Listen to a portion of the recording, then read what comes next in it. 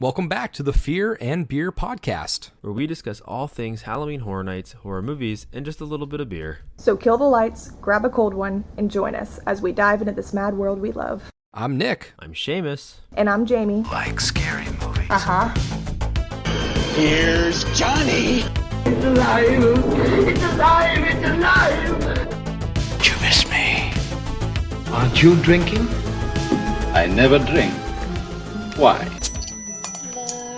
And as a reminder to all listening, if you want to help us to continue growing as a podcast, don't forget to leave us a 5-star review on whichever streaming platform you use. To stay up to date with us and all of our episodes, be sure to follow all of our socials. You can find us on Instagram, Twitter, and Facebook at Fear and Beer Pod. Feel free to reach out to us. We love to interact with you all. Today is the day. It is officially HHN Season 32. Here we go. I hope you are all listening this on their way into the park, in the park, before you go to the park, something. But we are going to be in the fog in a very, very short amount of time. So, wow, what a week. What a week of content. What a week of podcasting. We are going to need a well-deserved billion beers at this event. So if you see us and we are a handful of drinks deep, you know why, because we just worked our tail off making all these episodes for you, and I hope you enjoy them. But today is the big one. This is the one that people wait for. This is the hype list of houses. We are going to get into all 10 houses, and we are going to see which ones stack up against the other ones. So a quick little outside thing as well before we get into this. We will be at the event, obviously, this whole weekend. If you see us, we will probably have some stickers on us. We have some goodie bags we're going to have to hand out. We are going to do some little blind drops, and you can follow our either Twitter or Instagram page, and we'll kind of give you little clues and hints there.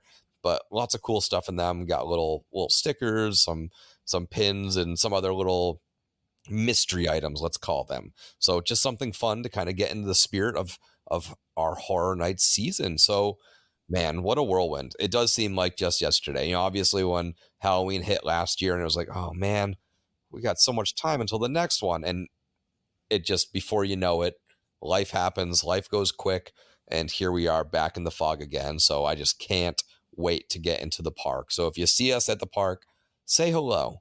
Don't be shy. Say hello. We'll probably hand you a sticker. We're always stoked when people come up and say, hey, you know, I hate your podcast. That's really cool. I'm glad you hate us. That's awesome. Have a sticker. Tell a friend. So let's get into these lists. I will just kick it off. I'll go with my number 10. Let's get into this. Number 10, The Exorcist Believer. I have it at the bottom. The Exorcist as alone, as the an original, is not necessarily one of my favorite horror movies. That might be a little bit of a hot take. I appreciate it for what it is. We just recently watched The Pope's Exorcist on Netflix, but I do feel like exorcism movies are typically one and the same. It's the priest yelling a bunch of stuff, a couple Hail Marys or whatever, and you're good to go. So for me, it's just kind of there. On top of the fact that it is a movie I have yet to see. Now, I don't think that necessarily always detracts from the fact. I mean, it hasn't really worked in their favor previously at Horror Nights. Obviously, I think Dracula Untold was the other movie that was represented as a house before it was actually released. But, I mean, all the original stories, I mean, we don't necessarily know those before we're walking into them. So it kind of is similar, one and the same. But when it's an IP, you have an expectation. And I have nothing to kind of base this off of. The trailer does look decent. I am interested. It does seem like a fun retelling or continuation of the original Exorcist movie. So I will be excited to see it. But going into it just blind, I can't really seem to put it anywhere above 10 for me. But that's just me. That's just my hype list. So Jamie, what's your number 10? So my number 10 is also surprisingly an IP as well. So I had for number 10, The Last of Us. as my bottom house. Yeah, Wow. I know. People are It's not okay. going to be Take happy. the heat off I of know, me. they're Take not, the heat yeah, off of me, right, Jamie. exactly. but yeah, I've mentioned in other episodes previously that I never finished the series The Last of Us. I've never played the game. I've only briefly watched Nick play some of it before, and it does look interesting and kind of piques my interest, but not enough to really get me hyped up to be high up on the hype list, I guess you could say. I feel like I had mentioned it before too. I feel like this will be the house that maybe I do once or twice and that'll be good enough for me and I won't have to do it more than that. But I just feel like even though it's not zombies, it's still kind of zombies essentially, except they're like mushroom zombies pretty much. And I've mentioned before, I've never been a fan of zombies. I just feel like it's overdone, that cliche. But so yeah, The Last of Us is on number 10 for me. When you put it that way, I never thought about it like that. Mushroom zombies. That's a good way to put it. But, yeah. I mean, essentially, they are not fun guys. No. Or fun gals. Zombies. They are evil little things. I think I'm more excited for the ravioli, the Last of Us ravioli, than I am the house. I'm more excited for the Sting Alley little food booth for The Last of Us. That I'm excited for. Right. The house, not so really much. Cool. Yeah, I mean, when you don't have a connection to the IP, it's obviously going to drop for you. So exactly, regardless of how popular it is, if it doesn't connect to you, it doesn't connect. That's fine. Right. Yeah. So Seamus, you're number 10. Do I even have to go into this? It's going to be Stranger Things, right? It's Stranger Things 4. How did you know? How did you know? No, I'm just joking. It's Dueling Dragons. Choose thy fate. Ooh, I'm not hyped on this house. I don't know if I don't even knew that. I don't know if you guys were aware. I'm not looking forward to this whatsoever. I could care less that it was a roller coaster. I could care less that it potentially gives you multiple endings. I don't care. I hope that it changes my mind a little bit when I go through it. But you know what? You can only go up from here, right? When you start at 10, there's nowhere to go downwards. So there's, only way it can go is go up. So we'll see what happens. But yeah, not hyped at all. So this isn't a hot takes episode. We already did that, right? This isn't a hot take. This is very much a cold take. I am beating a dead horse. I am beating it to death again. So yeah, sorry. I don't know. I'm not going to apologize, but at the same time, like, hey, look, I get it. If you're into this and this is totally up your alley, I hope you're happy. I hope it does everything you want it to. But this is going to be, I'm going to do it once and probably never do it again. So we'll see. I guess we'll find out Friday, won't we? Yeah, we will. We'll find out today. Don't break the magic. Oh, well, sorry. Yeah. Ruin the magic. We will find out tonight. So let's jump back to me then. So my number 9, that is also where I have Dueling Dragons. Choose that fate. Yeah, similar to what Seamus said, similar to what Jamie said regarding The Last of Us. She didn't attach to The Last of Us. That's fine. I don't necessarily attach to that fantasy style storylines. It's just never been my thing. I'm, not hot. Seamus mentioned it previously, or Jamie did at one point, bringing up Game of Thrones, one of the most popular TV shows of all time, I'd say. I got halfway through the first season and it's just not for me.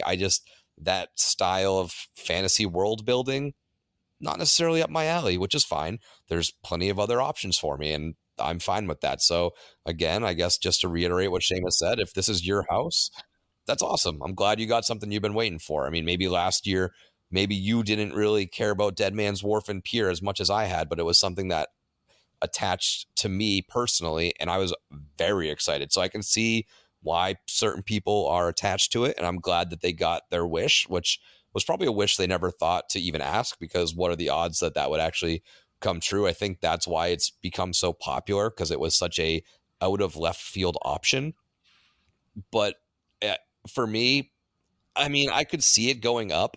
I don't think I'm as down on it as Seamus is, but I do have pretty much everything else ahead of it, because I mean, overall, it's just a very strong year. There's a lot of contenders, so to speak, on this house as we go through these whole lists. So Jamie, your number 9. So my number 9, shockingly enough, is going to be Dueling Dragons as well. I thought you were going to have it way higher. I know. I told you I'm You a walking sat back and made contradiction. Seamus and I get you all the flack for this, and you I have it down did. there as well. I did. I sure Judas. do. Judas. So Shame on you. Shame on you. I have Shame. I have to reiterate, because it's not that I'm not looking forward to this house.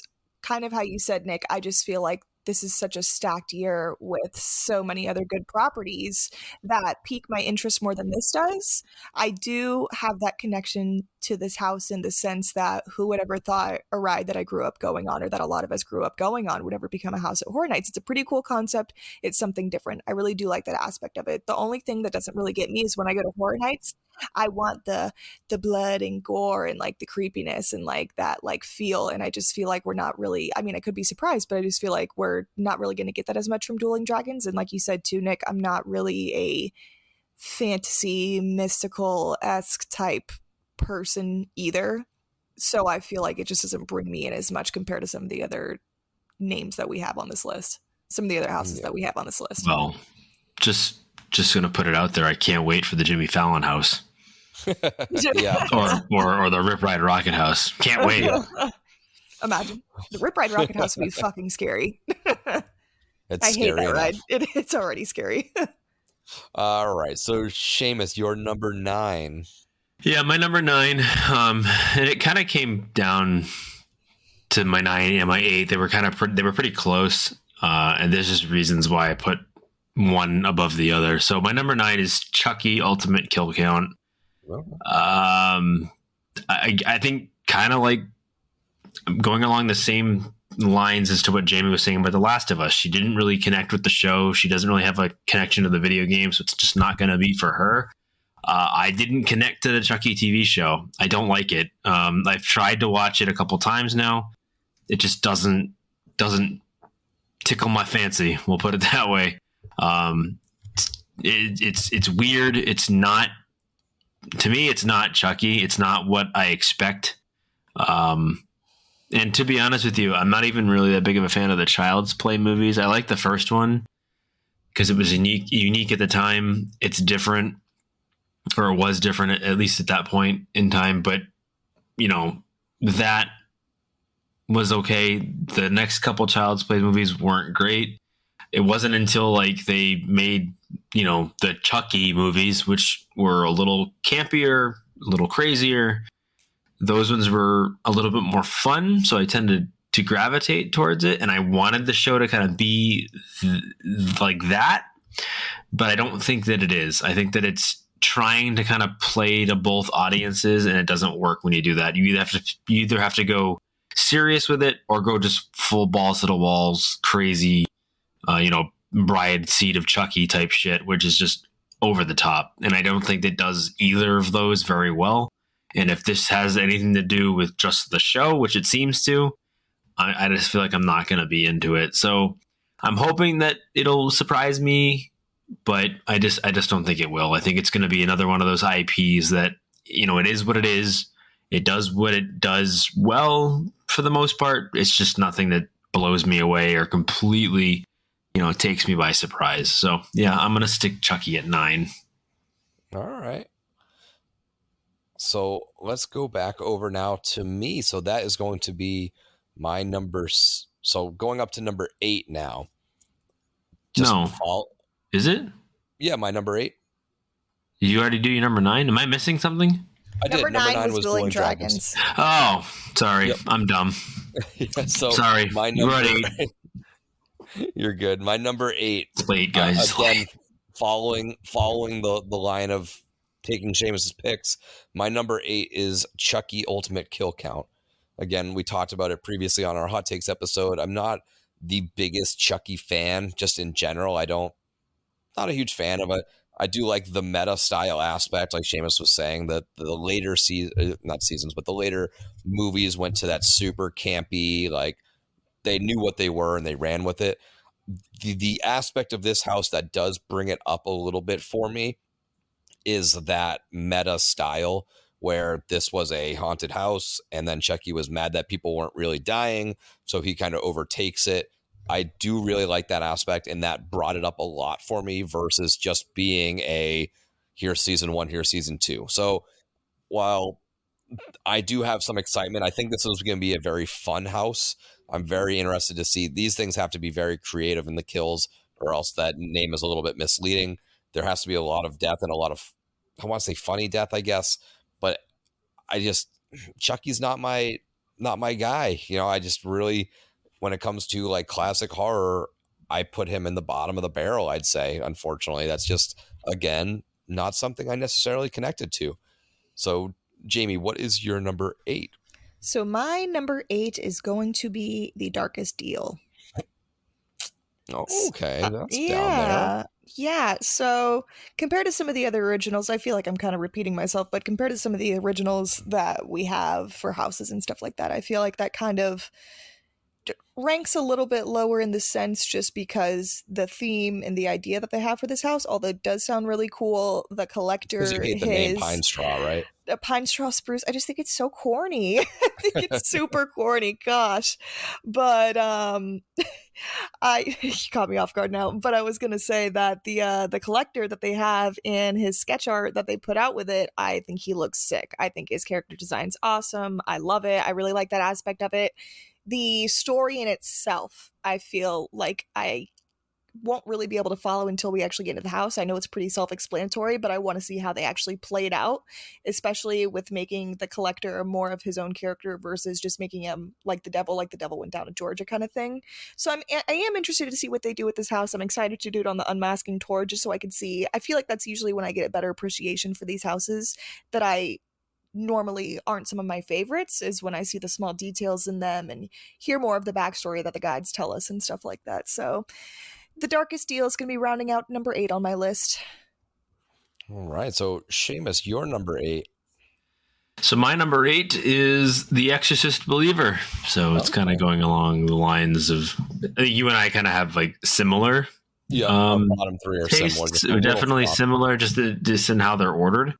And I think I'm just a little bit more high on The Exorcist than you might be, just because I think that, as I've stated before, I'm going into it hoping that it's not based a lot on the movie and more so on aspects of the story, in the sense that, hey, here's some things that happened in the past. It's going to give you some context when you see the movie, but it's not going to be one of those things where you had to go to the event to get those. Like it's gonna make a big difference when you see the movie. Like the movie is still going to be what it is, but this is going to give you some additional things if you happen to go to the event. Hey, here's some additional reference.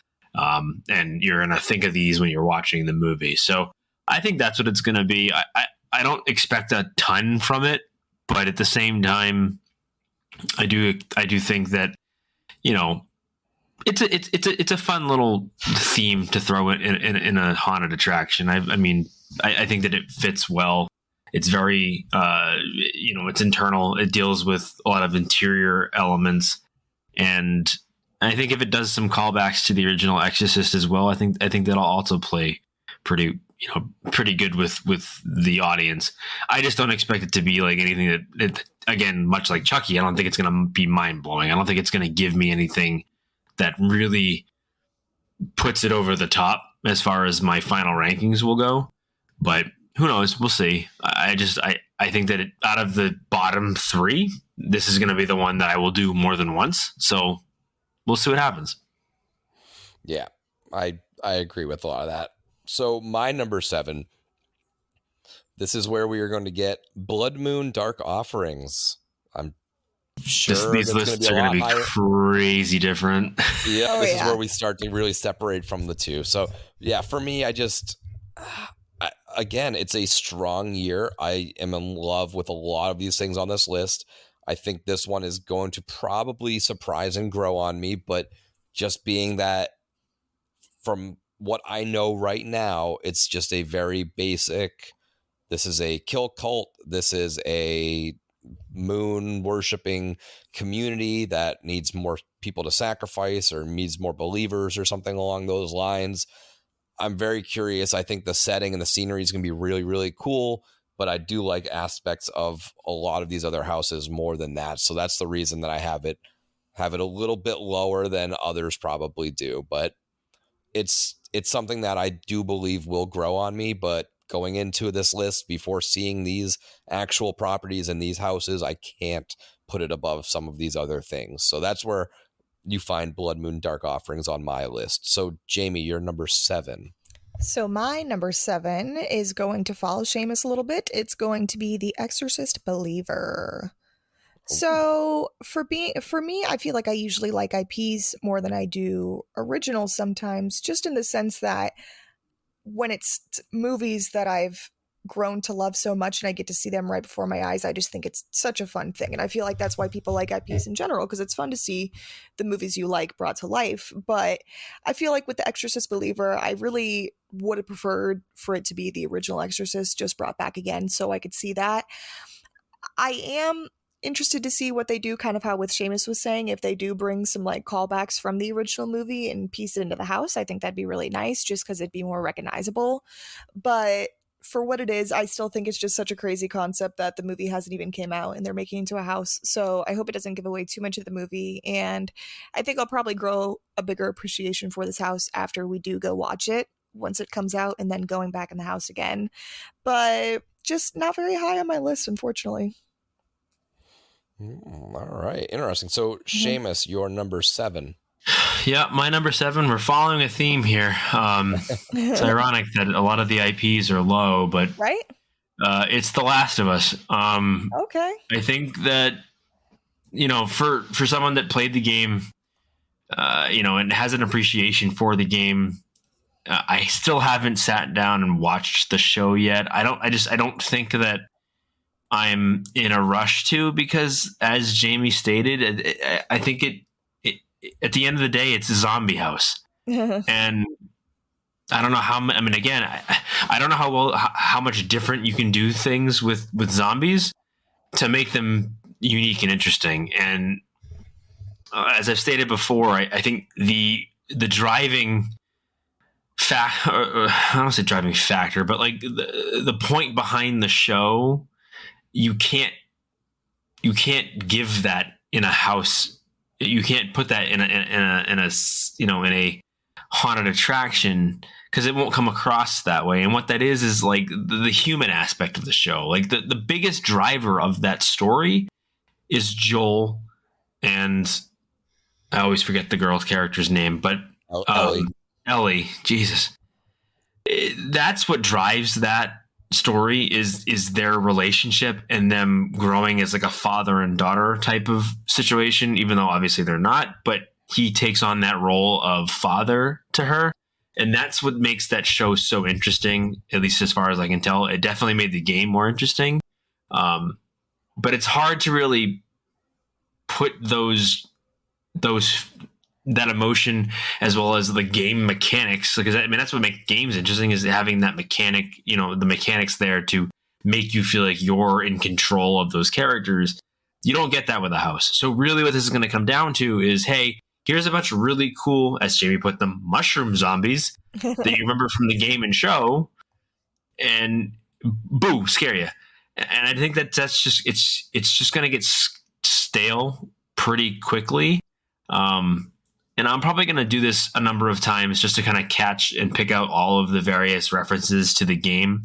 But at the same time, I don't know how much of a lasting or staying power it's going to have. And I worry that it's just going to get boring. It's just not, it's going to be the same thing we see all the time. And zombies just, they don't really do it for me in the long run. So, I put this at 7 because I'm giving myself some hope that it's going to be better than I expect it to be, excuse me. But I don't think it'll be much better. I think it's going to kind of hover right around this bottom 5. And just depending on where or how bad the other 3 are, this could end up kind of in this area at the final ranking. All right. So now to me for my 6th, and again, I feel like I'm just constantly picking after Seamus, but mine is The Last of Us at number 6. again, a property that I didn't have a long-term attachment to. I didn't play this as a kid. I didn't play it when it came out. I only started playing the game. Actually, I purchased the game a while ago and I just never bought it. I think it was on sale and I purchased it and I just never played it.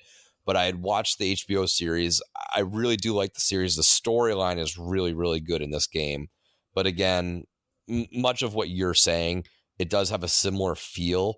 I do think we're going to get some fun play with the clickers and the bloaters. And I think it's going to be a very scary house. But with it being zombie-esque, I have those other originals that have those in-depth storylines that are just a little bit different tropes that attach to me more than zombies. So I do have those a little bit higher than this one right now. I'm excited. I know this is a very long-awaited IP for some. They were attached to the game from day one, and I'm happy for that. I have it at 6. I think that's a fair spot. But for me, I just didn't really play the games, and I think I didn't really go back to finishing the game because, well, I got mad that I didn't save and I had to replay a bunch of stuff, but it was a little bit redundant. So I wanted to play it at least through the Pittsburgh portion of the game because that's what we're going to be seeing in this house. So I did that. I am interested to see how well they kind of mimic that feel in the game. Like you were saying throughout this whole season, Seamus, that this is a very storyline based game, and that's why it's been so successful. It's not that the creatures and everything are ridiculously world breaking. It's that at the core of it, the story is huge. And that's something that we've had issues with in the past, where it's, you only have so many images and so much that you can convey the storyline. We're going to get the basics. The story of the house is really keeping Ellie safe with Joel. But in the game and in the series, it's tenfold. It's a very in-depth storyline, and there's a lot of nuances there that just aren't going to be played out in the house. And that's fine, but for me, that's why it lands at number 6. So, Jamie, what do you have at number 6? Still following along that IP train, my number 6 is going to be Chucky Ultimate Kill Count. So, like you guys, pretty high though. Yeah, I was just gonna say I don't hate on the little shit as much as you guys do. I mean, he's definitely not my favorite. I don't even know if I'd call him a slasher because I can't, like, you can't compare him to like Michael or like Jason or something like that. You know what I mean? I feel like it's two very different in that sense. But like you guys had mentioned before, Chucky's not my favorite per se, but I'm more excited for this house because I definitely, like how you'd mentioned before, Nick, too, that this is definitely going to be our fun house, I'm pretty sure. I do like that meta aspect of it. I was kind of looking forward to them doing the seasons, which is what I was expecting, because I did really enjoy the first season of the series that they came out with. But I do kind of like the new spin that they're taking on it, where he's going to kind of be taking over the house and doing the killing and stuff like that. I do hope there's some good kills. I'm expecting to be a lot, if that's the name of the house, is Ultimate Kill Count. But I think it's going to be a lot of bright colors. I think it's going to be very fun. I hope we get like a toy store, like walkthrough like scene. I could picture the opening sequence walking through like the halls of doll boxes. I think we had mentioned that before. I think you had said something like that before, Nick, in one of our other episodes about Guess What's in the House. And yeah, I'm kind of looking forward to Chucky. I'm kind of looking forward to this one. Nice. All right. So Seamus, your number 6.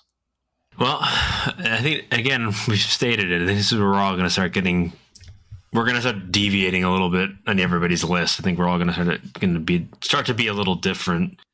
And I struggled where to put this one, and I feel like maybe it's a little too low, but I think for what's in my top 5, I think I had to do it. And it's Dr. Oddfellow's Twisted Origins. I'm excited to get a new icon. I think that his house is going to be pretty decent.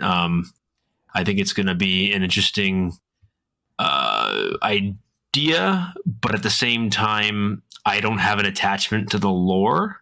And, I don't know a whole lot about him to begin with, other than what we've kind of researched and looked up. But I worry that it will potentially be a Jack house without Jack, and it'll be kind of just more of the same. And that's what I worry about, because it's like, he's the one that created Jack. He's the one that gave us Jack. So I hope that it's different enough that it's, hey, this is Oddfellow's story. This is his, backstory. Jack is just a part of that. But I feel like if you start to kind of open up that box and say, well, this is how he created Jack, this is where it goes, and then it just becomes, when this is just another avenue for Jack to kind of become, to take the spotlight. And I'm not saying that it's going to happen, but I think my biggest concern is much like with The Last of Us or with a few other, with potentially Chucky's, I feel like it's going to be much more of the same. And I worry that's what's going to happen, but we'll see what happens. I think it's at that spot in my list where it could very well shoot up in my final rankings because it really does blow me away with what it presents and outdoes my expectations. But for now, it's kind of right at that like midpoint in the list. So yeah, that makes sense. So let me get into my number 5. So we're finally breaking into the top 5. And number 5 for me is The Darkest Deal. This shot up incredibly high after I saw the image of the collector. I think that is such a cool design, such a great character creation. I'm very excited for this. I know the name is a little crazy with Pine Straw, but I think I went back to listen to one of our earlier episodes with our way too early predictions, and we predicted another music house. Obviously back then we were kind of along the lines of a musical IP, and we had the Billie Eilish rumors, and then we had The Weeknd, and we had Rob Zombie. And while this isn't a actual artist, this does fill a fun music vibes house. That's not going to be music we've heard of, obviously, but I think it's going to get that imagery still, and it's going to be the setting. I mean, I believe it's like the Mississippi setting. I'm just really interested to see this one. I want to see this story played out. I think there's a lot of cool imagery that connects with me being a huge music fan. I'm hoping for like a little concert venue, hoping for like a recording studio. I'm hoping that we go down to hell, and that's where the collector has to, collect his debts. And I hope that this character really takes off and people attach to it, because if we've seen anything in recent years, it's that HHN is listening to the community.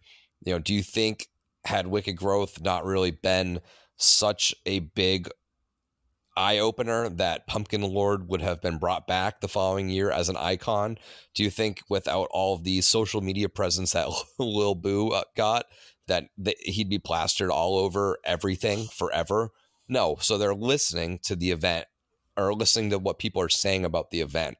So I feel like if people attach to the collector, that's a character that has potential in the future that could be revisited and brought to a whole park-wide story where it's all about, we're paying our souls to visit HHN, and he's got to collect more souls to become more powerful and move up the icons ranking and stuff like that. And he's trying to, pull the strings and knock fear out of his place and kind of take that position.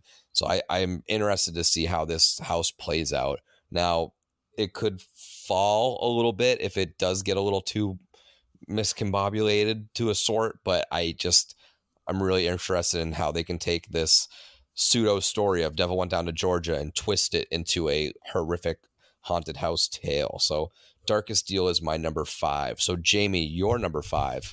So my number 5 is going to be Dr. Oddfellow's Twisted Traditions. Oh. Ranking out the middle, Dr. Oddfellows. I'm very excited to see what this new icon has in store for us. I'm excited to see the backstory portrayed in the house. I think it's going to be a really cool setting. I know it's not going to be that probably typical carnival-esque theme as you would expect, like how we've gotten with Jack in the past and stuff like that. And I know I've mentioned it before when we did the Guess the House again, that I do think that they're going to have some sort of ode to Jack in there, either with his box or with the big cube with his name and the letters on it and stuff like that. But I feel like there was a couple more on here that just reached above this one a little bit. Not saying that I'm not excited for it, but I don't know how to put it. I feel like some of the other ones just beat it out, but I feel like this one was a good rounded middle one. I think I'll do it a couple times. I'll probably enjoy it. So we'll see what Dr. Oddfellow brings us this year. Nice. All right. Well, Seamus, your number 5. So breaking into my top 5, I'm actually going to go with Yeti Campground Kills. It's actually ended up a little bit higher than I expected it to. I just feel like between this and Oddfellow, this one intrigues me just a little bit more. And a lot of it has to do with the campiness of it that I think is going to really kind of shine through.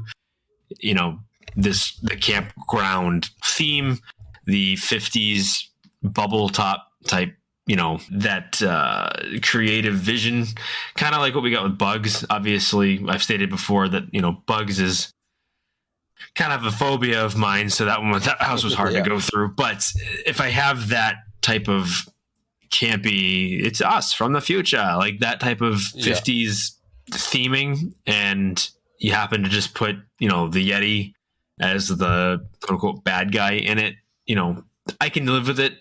I'm not super hyped on the fact that it's another Yeti house. I wish they had kind of like maybe done something a little different with it, and kept it with the same campground theme, but I'll take it. I think it's going to be pretty good. I liked the first Yeti house, and at least this one, it's going to be a little bit different in the sense that we might get multiple different Yetis, maybe not just the same Yeti. But I prefer this theme or this setting I'd prefer this over the snow setting anyways.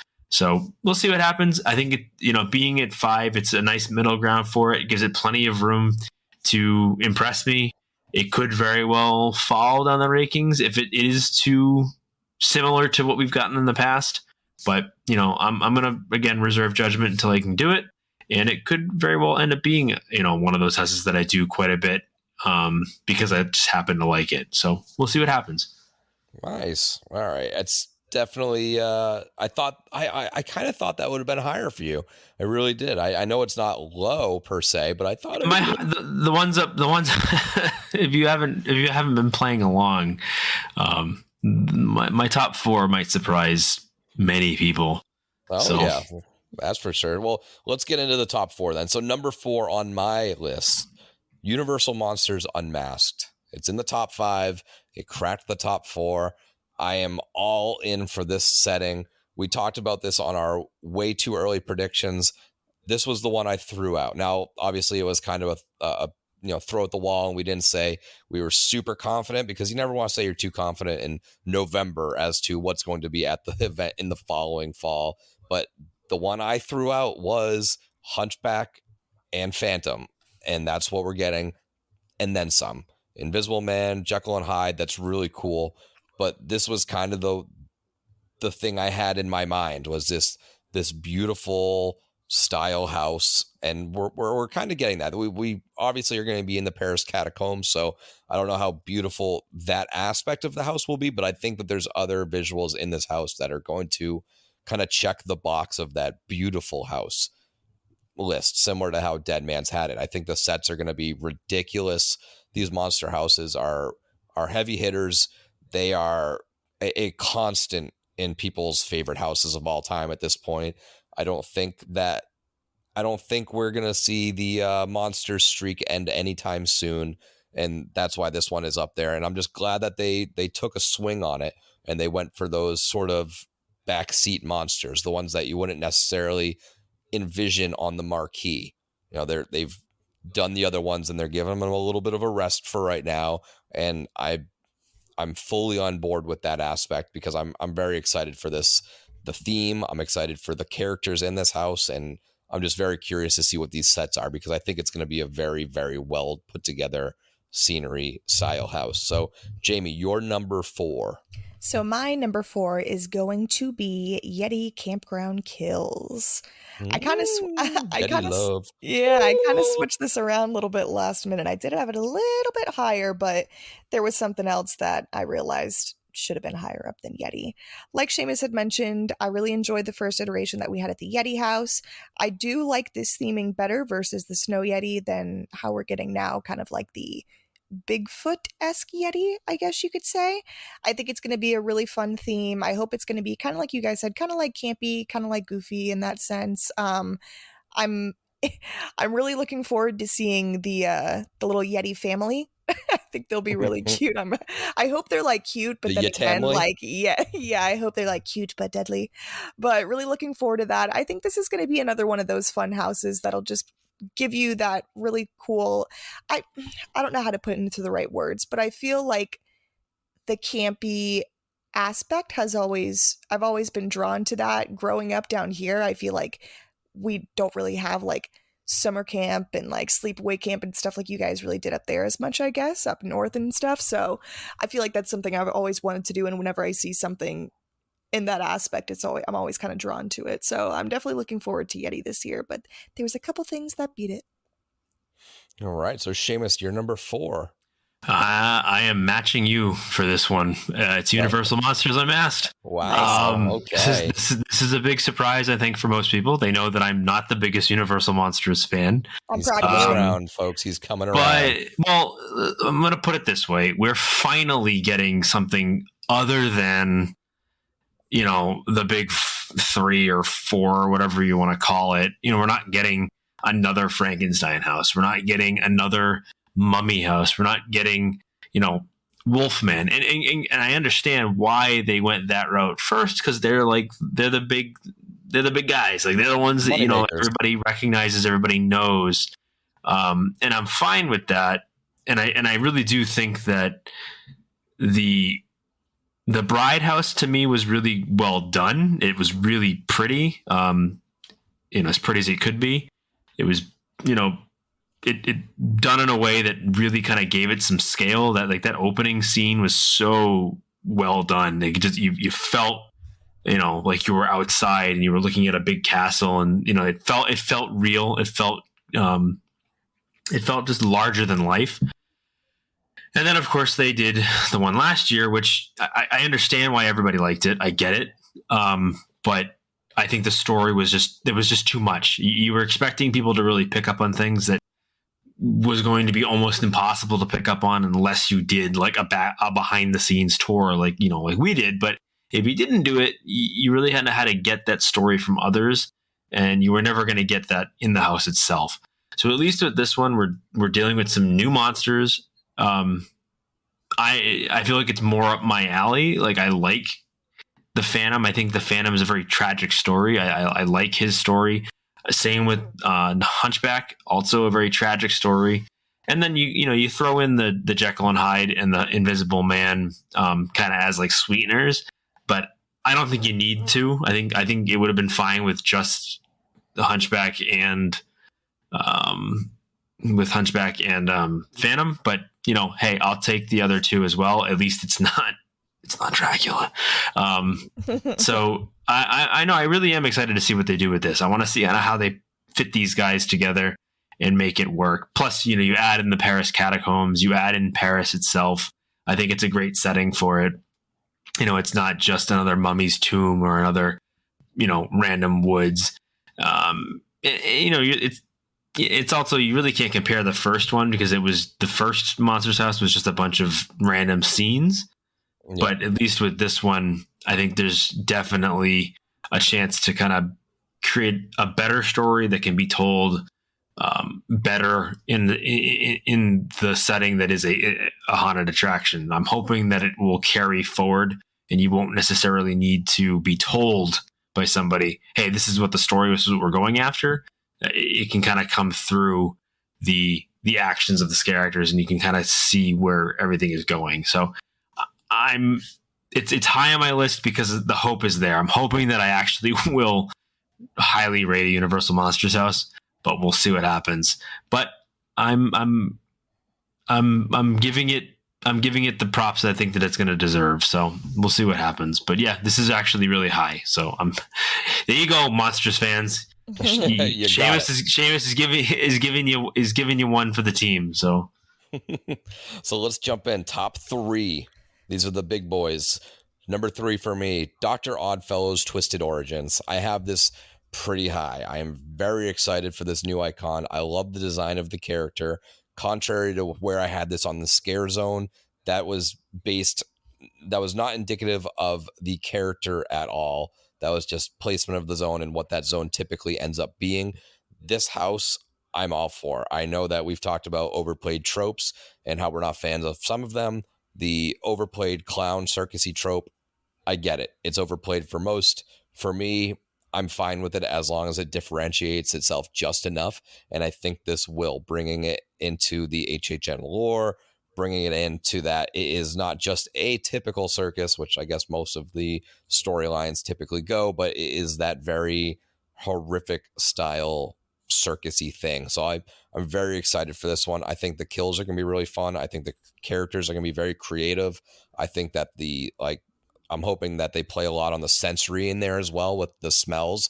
I'm hoping for like that popcorn smell and some stuff like that. Like that smell we had in that little Slaughter Cinema area or Usher area of the Icon House. I hope that's something that plays through. I'm just very excited to see what this house brings. This one has high hopes for me written all over it. And I love it. I'm very in on it. This character has its hand in the entire event, whether it's scare zones or otherwise. So Dr. Oddfellow, I'm in on it. I love this revisionist, like history rewrite, essentially is what they're kind of doing. They're reworking stuff that has already been told to us and giving us just that much more in-depth sprinkles of truth of stuff that had happened that we weren't necessarily aware of before.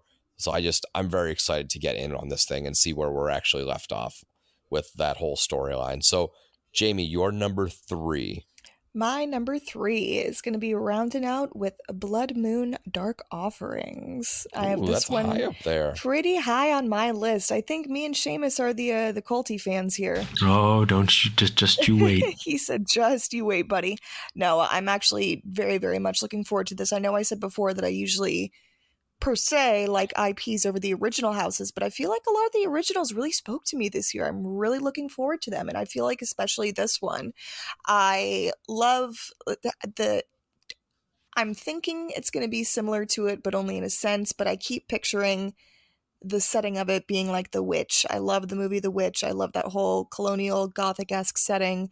I think it would make for a really good house. I'm expecting the big bright red lights, very dark, cult circles, all that kind of stuff that you would normally see or picture in something that you see in movies that are usually about cults, stuff like that. Kind of like, I don't want to say The Wicker Man because I know it's two different things, but kind of like that whole springtime comes around, they have the whatever you want to call it kind of stuff, cult-esque. It's hard for me to explain it, but I think this will be a really good house, and I really hope that I don't have my hopes too high for it and that it ends up like Spirits. I know we've mentioned that before because I was very excited for Spirits of Coven as well for last year, and it kind of disappointed me a little bit, but looking forward to this one. Yeah. So Seamus, your number 3. My number 3 is The Darkest Deal. Oh, okay. Nice. I really think that this is going to be it's going to be that house that surprises everyone. I think it's going to be the one that it's the little engine that could. I think it's like Case Files, where I think Case Files was just so well done, so interesting. The character designs worked so well. So many different scare actors too. I think this one has the chance to be that house for me this year. I love blues music. I love the setting. I think it's going to be really dark. It's going to be an interesting take on The Devil Went Down to Georgia, that, selling your soul to something higher than you to get something that you currently don't have. I think it's a really cool story, and I'm hoping that they find a way to do it in a house the right way so that you can actually understand the story. But I really do think there's just a lot of things they can do with it. And I like the idea of walking into like a dark saloon, or maybe not a saloon, but walking into, a hall where they're playing the blues music. You get that side of it. I do think that it'll be kind of like down Southern Cajun type thing, like that Louisiana theming, like down in the bayou, like that is kind of what I'm getting from it. But I also think, much like you guys had already stated, I really do think that the Collector really put it over the top for me. Like, I was kind of iffy on it. It would have been like mid-tier 7, 6, 5 in that area. But once I saw the image of the collector and what they did with him, I think that this is going to just be, it just put it over the top. I think only because I'm more excited about the next two is the only reason it's at 3. I think this one could very well be the darling of this year. I think that it could very well be the next Puppet Theater, where it kind of pushes for best house of the year when nobody expected it to do that. So Yeah. I really do. I'm hoping that I'm not wrong. I know that this could very much tumble down the list at the end of the season if it doesn't live up to expectations, but I don't know. I think it's a strong possibility that this one definitely leaves a lasting impression on anybody that goes through it. So I could see that for sure. Top 3 for Darkest Deal.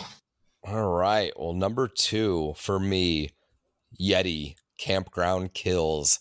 This is sort of similar to last year where we had Dead Man's Pier, where just the actual topic and the conversation and the setting of it all connects to me personally.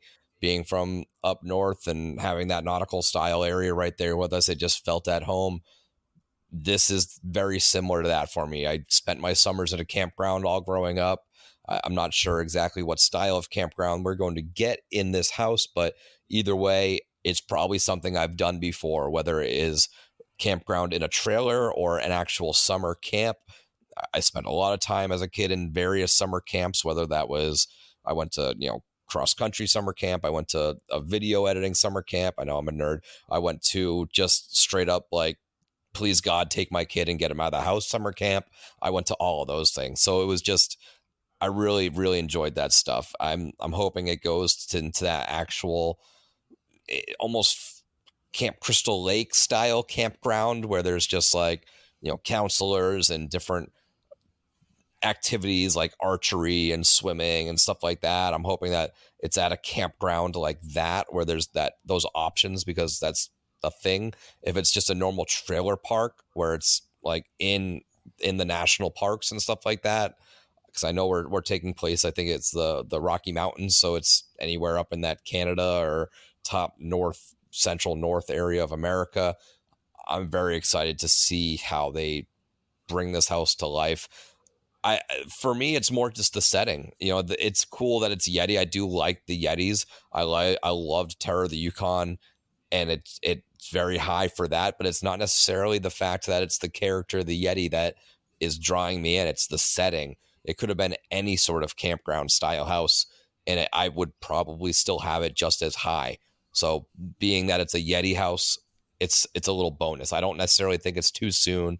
I don't think this is a well sought after, we need this style character back, but I'm glad that it is. It seems to be a running gag that they constantly use various forms of the Yeti, whether it's, the swamp ape or Bigfoot, and they just still call it Yeti. I think the addition of the Yeti family adds to it and gives us a lot of fun stuff to play with. I think that's going to be the darling. That's going to be the little boo. That's going to be the dog from Bugs Eaten Alive. That's going to be the character. The little baby Yeti is going to be all over everything. I'm calling it now. We're going to have fan art of the baby Yeti in short time. Guaranteed. Calling it. You're going to see it everywhere. If I could draw it right now, I would be drawing it. I can't draw it all, so it doesn't matter. Next little boo. It's going to be there. Little Yeti, Lil Boo, they're best friends. I hope he's eating Lil Boo. And Jamie, your number 2. My number 2 is going to be Stranger Things Volume 4. Ooh. I know. We've all been hyped up for it. It's coming. It's here. We're getting it. We're getting Eddie Munson. We're getting Hellfire Club. We're getting all the stuff we've wanted. It took a year, but that's okay. We waited patiently and we got it. Very, very much looking forward to this house. I think it's just going to be fantastic. I'm excited to see what scenes they choose to implement in it. I'm excited to see the music that they pick. I'm excited to see the setting of it, the facade when you walk in the house. I feel like we've talked about Stranger Things enough and how much we're hyped up for it that it doesn't really need an explanation in that sense, that we know it's going to be a good house. It's going to be a fan favorite. Yeah. Then Seamus, your number 2. Yeah, everything she just said. My number 2 is Stranger Things 4 as well. I mean, it. Yeah, what else more can you say? Right. I mean, Jamie covered pretty much everything, that leads me to make the same decision. Like I just, was it something that I expected early on? No. Was it something that I thought could work? Yep. But yeah, there's not a whole lot more I can add to what she just said. So that's pretty much, mirrors my thoughts on, what this house is going to entail. And I'll just leave it with, Vecna. Give me that cat in a hat looking motherfucker. I'm telling you right now. He works so well as a character. I know that people might be worried that this could turn out to be like a Stranger Things 2 and 3. But I don't think it'll happen. I think they learned their lessons, and I think that this season lends itself to being a house more so than any of the other 3 seasons. So I can't wait. Give me the music. Give me Eddie. Give me Metallica and Kate Bush. I'm ready for it. So bring it on. All right. So jumping into our number 1, I'm going to follow suit. Stranger Things season 4, number 1 on my list. This is just an unreal property. Probably number 1 on a lot of people's lists. Yeah, I just don't. I mean, they're gonna make $1 billion off of these fucking Hellfire shirts and jackets that they're selling. This is the moneymaker. This is the top dog. I have such high hopes for it. I hope that my hopes and my expectations don't hurt it for me.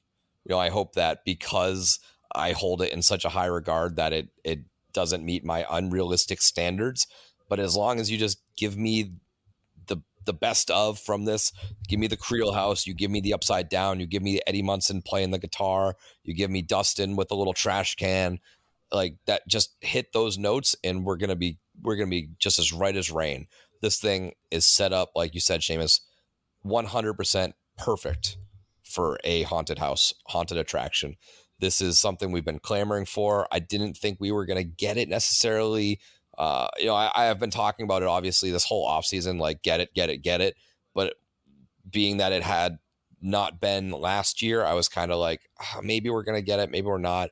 But as soon as, January, February started rolling around, I was like, this thing is still, it still has high regard in popularity. It didn't go anywhere. It's still just as popular as it was when it released a year ago.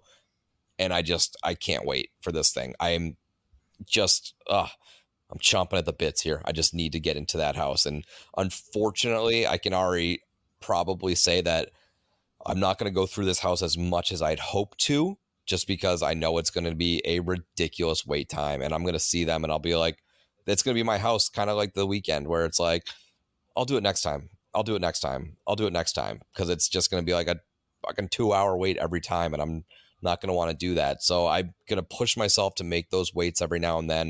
I'm going to push myself to go later into the event and do Stay and Scream more often so I can get this house under my belt a little bit more than some of the other houses. But I just cannot wait for this house. This is just perfect. Bring it on, Vecna. I got my playlist ready, you red bitch. All right, Jamie, your number 1 most anticipated house for Halloween Horror Nights 32. My number 1 most anticipated house is going to be Universal Monsters Unmasked. Wow. I know. Over Stranger Things? Over Stranger Things. I really switched it up on you. The Catacombs theme did it for me. I've wanted an As Above, So Below house, something in the Catacombs, and this is going to finally give it to me. You guys know I love the classic monsters. I'm really excited we're getting some different ones. I think all the characters are going to be great to see. I love having a plethora of characters to work with too. I like when it's different ones, so you're not going into different rooms, seeing different scares, but with the same characters. I like when they switch it up like that. The facade, the Paris setting, I think is just going to be beautiful. I think the catacombs are going to be creepy. I think they're really going to be able to make it feel like you're immersed down there going below underground. And I'm really excited to see what some of these monsters that we don't normally get to see have in store for us, especially what they do with Jacqueline Hyde and then in the Invisible Man and stuff like that. I'm excited to see what role they'll play in this house, and I'm really looking forward to it. Yeah, it's up there for a lot of people for good reasons. Oh, Seamus, your number 1. My number 1 is Blood Moon. Dark Offering. And I'm telling you right now, this is probably the best chance of being the next Graveyard Games, being the next Wicked Growth. I think this is the original that will have people talking. I know that I understand Nick's reservations about it. I understand why it's not as high on your list. I know that why it's not as high on Jamie's list. But for me, it's my number 3. Is it your number 3? I don't know. I lost track. Sorry.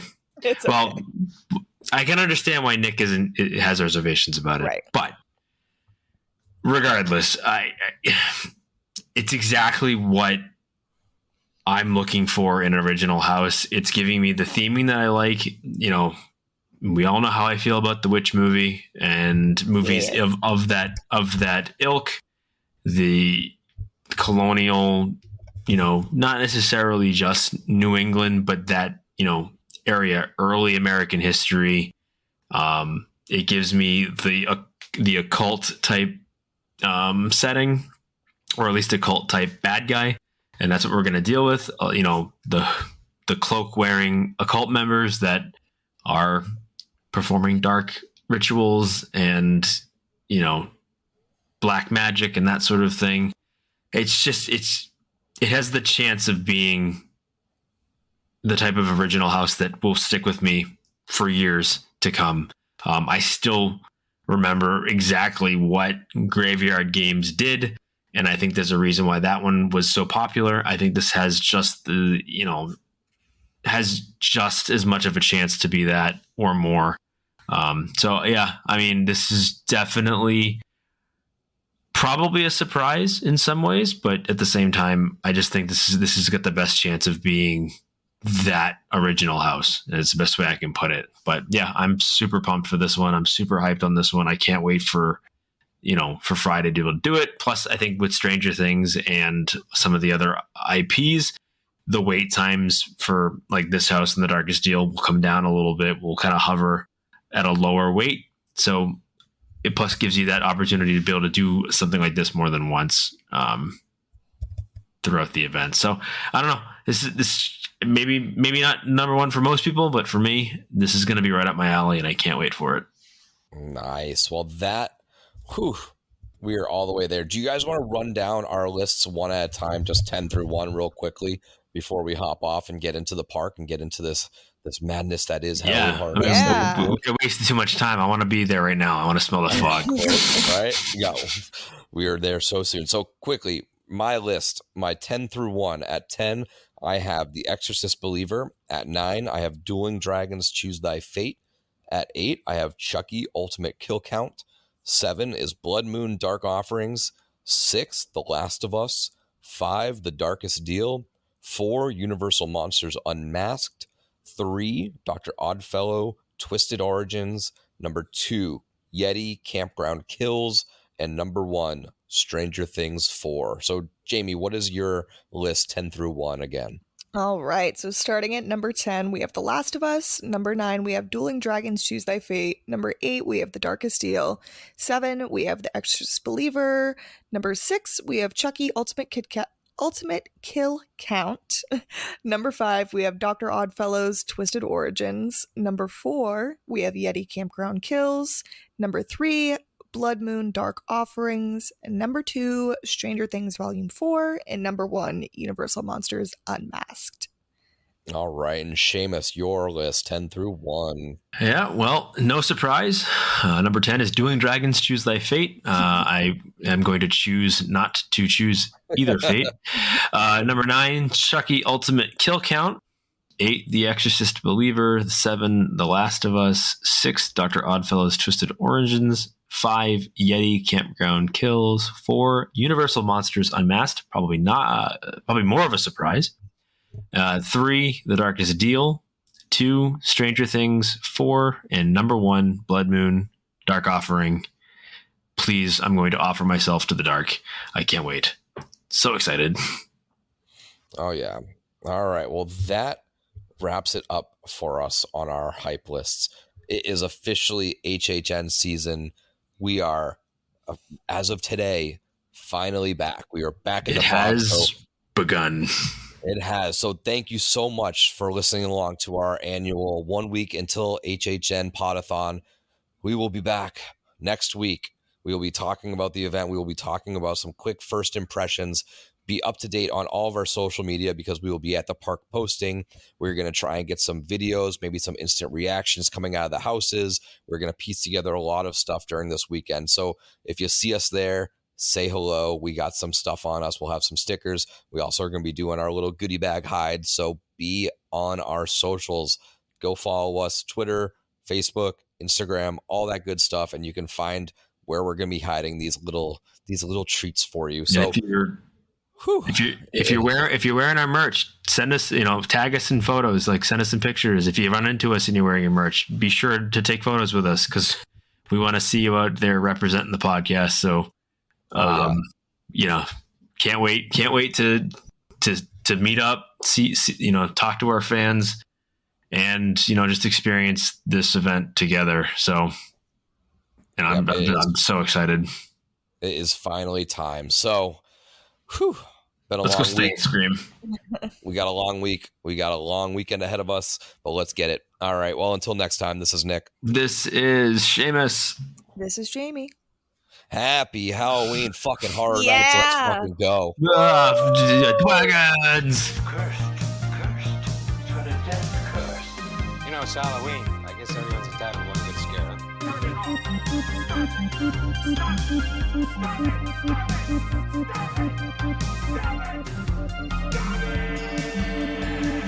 And again, I would just like to thank Vampire Stepdad for letting us use his music for our intro and outro music.